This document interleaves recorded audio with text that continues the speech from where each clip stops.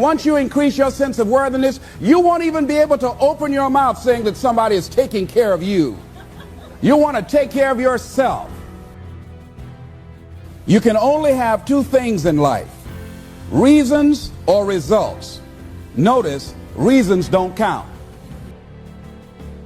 Folks will always point out reasons on why they're not living their dream, on why they're not manifesting their greatness. They will always be able to point those things out, but none of those things count. The only thing that counts are results. And results don't lie, ladies and gentlemen. They tell it all. Judge a tree by the fruit that it bears, not the ones that it might talk about, not the ones that it might wish for or think about or affirm about, but the fruit that it actually bears. I don't think that as a participant in life, you cannot be committed. You're either committed to mediocrity or you're committed to greatness. You're either committed to being productive or you're committed to being non-productive. You're committed to being happy or you're committed to being unhappy. You can make the commitment to your life that you don't like the results that you have and that you're going to do something about it. See, that power is available to all of us. Why is it that people are frightened by commitment? Because when you say the word commitment, that intimidates a lot of people. Why? Because it means you have to deliver. See, most people, you ask them, hey, look here, I'd like for you to do this. And they'll say, I'll try. I'll try means that is my escape clause. When I don't come through, it's really a polite no. I don't have the courage to tell you no, so I'll tell you I'll try. And you either do or you don't. There's no such thing as try. So most people like to use that language. They don't want to commit themselves because commitment means, among many things, no excuse is acceptable. Let me tell you what happens when you don't keep your commitment. Number one, it begins to deplete your self-esteem and it erodes your self-image. It weakens your faith in yourself. You don't feel good when you don't keep your commitments. Many of us are not able to move forward and develop and manifest our greatness because we spend so much time looking back or worrying about the future. Seize the moment. See, you cannot go into the future and manifest your greatness when you have various things in your life that's blocking you. When you keep your commitments, you're able to produce some different kinds of results in your life. So how can we keep our commitments? And do we keep all commitments? No, we don't.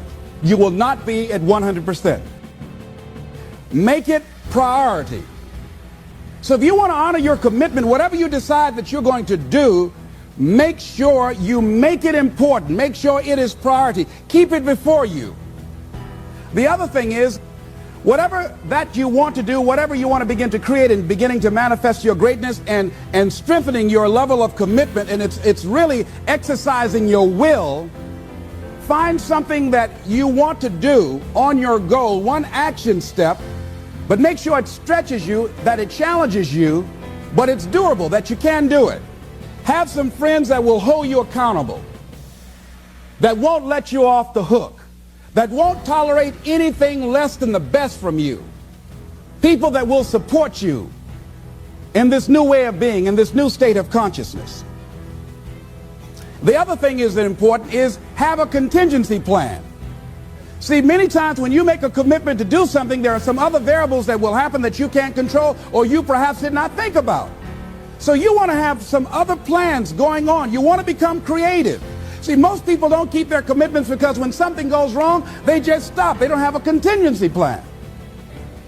So they don't know what to do next. Start being creative. If you challenge yourself, many times we say, I don't know what to do. And I always ask myself, but if you did know what to do, Les, what will it be? That activates another part of my mind. I start thinking about the possibilities and just experimenting.